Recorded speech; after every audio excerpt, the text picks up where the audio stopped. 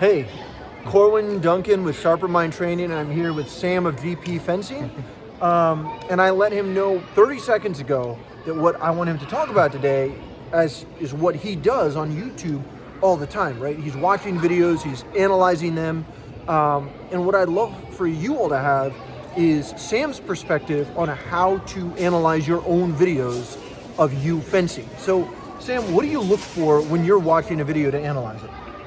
I think the first thing is I try to recall how was I feeling. And you have to be very honest with yourself because half the time I will recall like I was nervous. And then the other question is like, why was I nervous? Was it because of the fencing or was it something else external? More often than not, it was external. I was worried about what someone else might be thinking of me. I could even be worried. Sometimes I've even gone into a match being like, man, I'm probably gonna have to make a video about this. So I try to remove those external factors and then get back to the real fencing.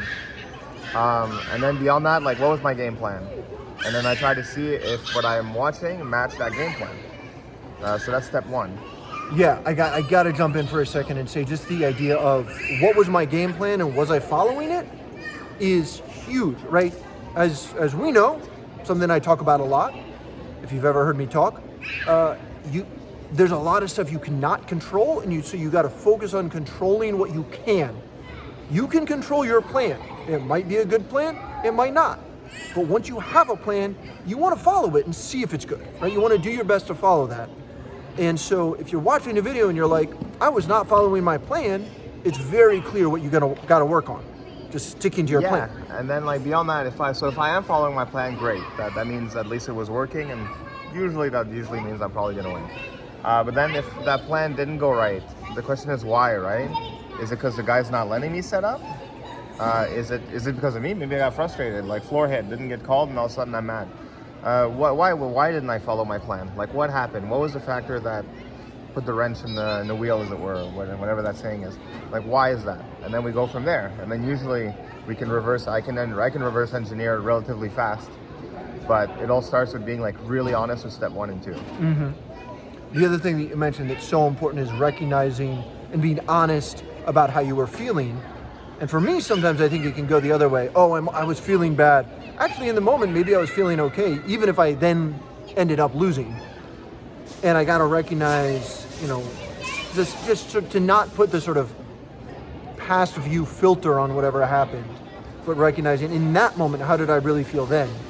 Not base it on the outcome. Yeah, exactly. And then something that did help me a lot is to journal my thoughts as soon as I'm done. Even if it's just a blurb, at least that blurb is very honest and kind of, I'll read it and it brings me back to reality.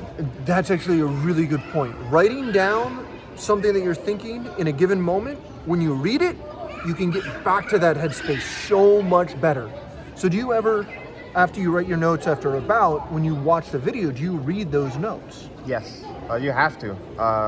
Well, if I find, not all the time honest, like to be super honest, since we're on the honesty, but if I find that I'm not like, I'm not picking up the clue, I'm like, why was this not working?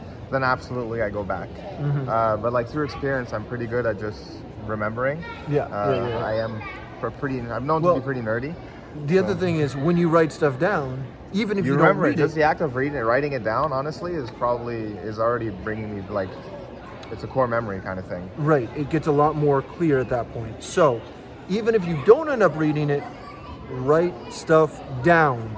And then in the moment, if you write it down, like if you can articulate the problem, you're generally about halfway to solving that problem. Yeah.